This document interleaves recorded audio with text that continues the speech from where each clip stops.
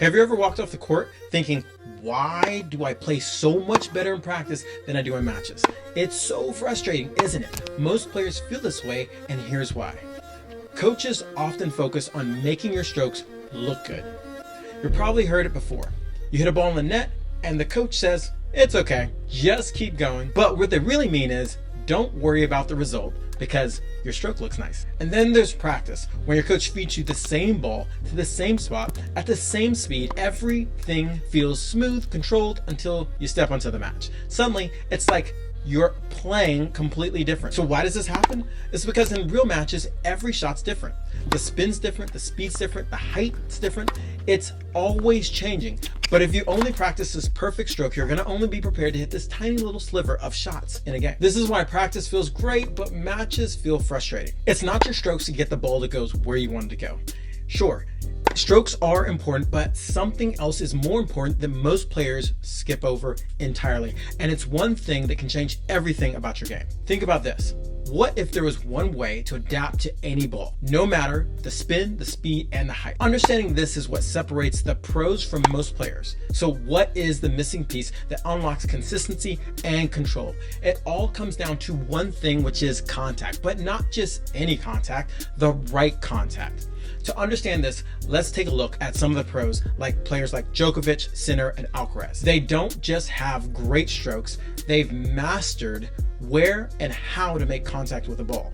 This is what gives them so much power, consistency, and the ability to adapt to any shot. Now we're going to look at the pros. First, we're going to start with Carlos Alcaraz. And what we're going to notice is two different contacts.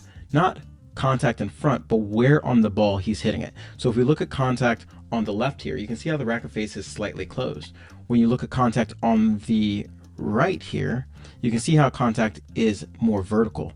This is super important to understand, because if you don't understand why these contacts angles are different, you're going to probably make more mistakes. Now let's take a look at Djokovic. Again, what you're going to see on the left is when he makes contact, the racket is clearly more closed. But then on the right, clearly more vertical. Probably not the best line, but you can see what I'm talking about. Clearly more vertical than closed. Again, what's the difference? If you don't know this difference, then you're going to wind up making a lot of mistakes. Now we're going to take a look at Jannik Sinner. Now what you're going to notice for Sinner is that almost all the contacts we see in this video, and I'll zoom in, the racket face is going to be slightly closed, just like this. Let's take a look at one more. Again, slightly closed. We'll zoom in. Now, if you do this all the time, you're going to make a lot of mistakes. Not because copying Sinner is wrong, it's because you don't understand the right contact combination to do this consistently. Now, at the end of the video, I'm going to show you why you shouldn't do this all the time. And there's specific balls for a specific reason you should have the racket face more closed, so that when you go out to the court, you don't make a lot of mistakes. So here's the thing, every time you hit the ball, you're using something I call a contact combination. And if you don't understand how these combinations work, you're gonna struggle. You're gonna struggle to adapt to shots that you'll face in real matches. And this is what breaks down. Contact combinations are combinations of three things that work together. The first thing is the ball path. This tells you where in the ball you need to hit. The second thing is the racket path. This controls the spin, the height, and the direction of the shot. The third thing is contact point on the ball. This decides the power and placement. So let's say, for example, that the ball's dropping steeply towards you. And since that ball's going on a downward path, we need to swing up steeply to lift the ball over the net. But here's the thing, we need to avoid hitting the ball long.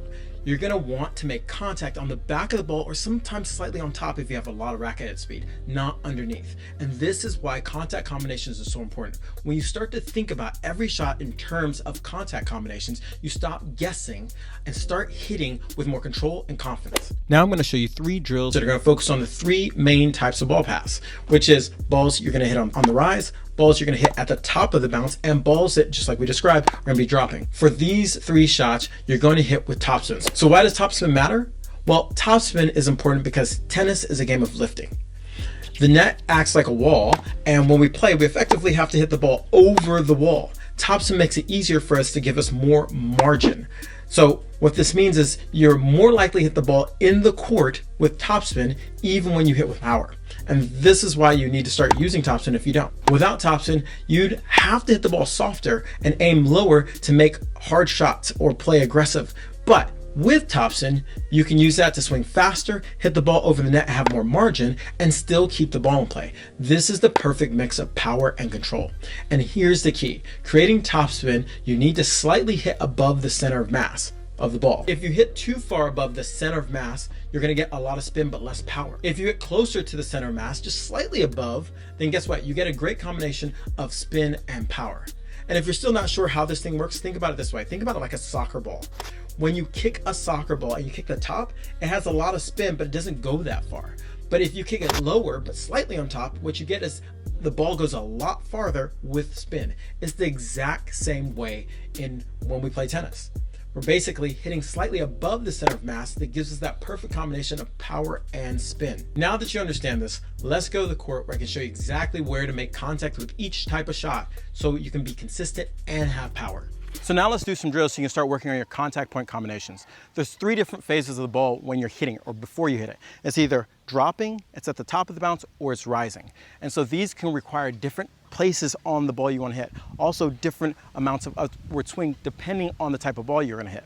And so the key to understanding is something called center of mass. Where is the center of mass? If you want to know way more detail about this and how it can affect every part of your game, make sure you go and check out the description below where I have a free course called Master to Contact. But in general, the center of mass of the ball is going to be in the direction it's falling. So if the ball's falling, the center of mass is going to be here.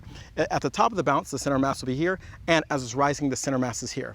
To hit topspin, we want to be slightly above the center of mass. So I'm going to have Megan feed me a ball, and I'm going to let it drop. So the center of mass is dropping, and I'll be right on top of the center mass for her particular ball. So when it drops, you'll notice that I'm behind the ball. I'll do it one more, and I'll let it drop, and I'm behind the ball. So now I'm going to hit the ball where the ball's at the top of the bounce. So at the top of the bounce, right there, I'm slightly on top of the ball there because the center of mass is right here. And lastly, if I want to take the ball on the rise, the center of mass is going to be actually going up, depending on the trajectory it's going up. So I still want to be on top of it. So actually, my racket face will be a lot more close when I want to take the ball on the rise. And you can see how I'm getting 3 different type of balls, but I'm having to slightly adjust where the center of mass is. So I wanted to show you the slow-mo so you can see exactly what's going on frame by frame. And understanding contact combinations gives you the freedom to make sure you can be consistent in any situation. Now, do I expect you to go out and just know these contact combinations? You have to practice them because the ball's only going to do what you tell it to. So like here, I'm letting the ball drop and you see me hit more on the back of the ball. Or here, I'm hitting the ball more on the rise and you can see the racket face close at contact. This is why you can see with Alcaraz and Sinner and Djokovic, you can see different contact combinations.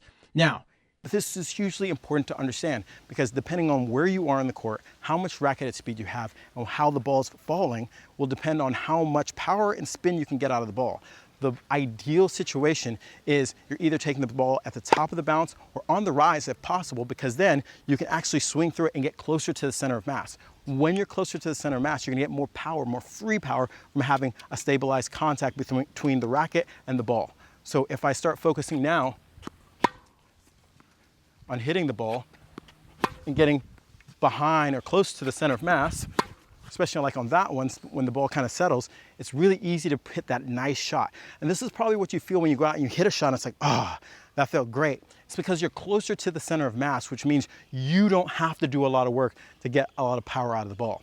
The further away you are from the center of mass, the more you have to do work. So hence, if Megan feeds me a ball that's a little short and it starts to drop, I'm further away from the center of mass because it's here, and I have to do a lot more work. So here, as I let the ball drop, you can see I have to make up for it by swinging a little bit faster, and the ball still doesn't go as fast. Compared to here, the ball has more energy on it because I'm closer to center of mass. If you want to know why Sinner was constantly hitting with a closed racket face, it's because he was mostly taking all the balls we saw in that example on the rise, which means he was trying to get more on top of center of mass, closing the racket face. And if you don't understand these things, you would maybe try to get behind it. And it doesn't mean you can't make the ball hitting behind it, but it probably means you're not going to hit as much spin, which means the ball's not going to come down into the court using more topspin. This is why he can take the ball on the rise and still maintain his consistency. Now, I know I've just been hitting forehands, but guess what? Everything's a contact. So the same ideas we can take to the backhand side. So when I'm hitting my backhand and letting this drop, I know that I'm going to have to hit more around the back of the ball here and brush up. If I want to take it at the top of the bounce here, I can hit the back of the ball. Actually, I came over that one a little bit. That's why I was short. And you can see how I get a lot of power. And if I want to take it on the rise, you're going to find that, take a little bit more on the rise, and that right here, that I'll be on top of the ball. So these ideas still work on both sides, and this is why your ground strokes can be so much more consistent if you understand these little tweaks about contact and what's important. Again, if you want to know more about it and get a free course that goes through all these, including your forehand, backhand, your volleys, your overhead, and your serve, make sure you check out the link below where I have a free course for you called Master the Contact.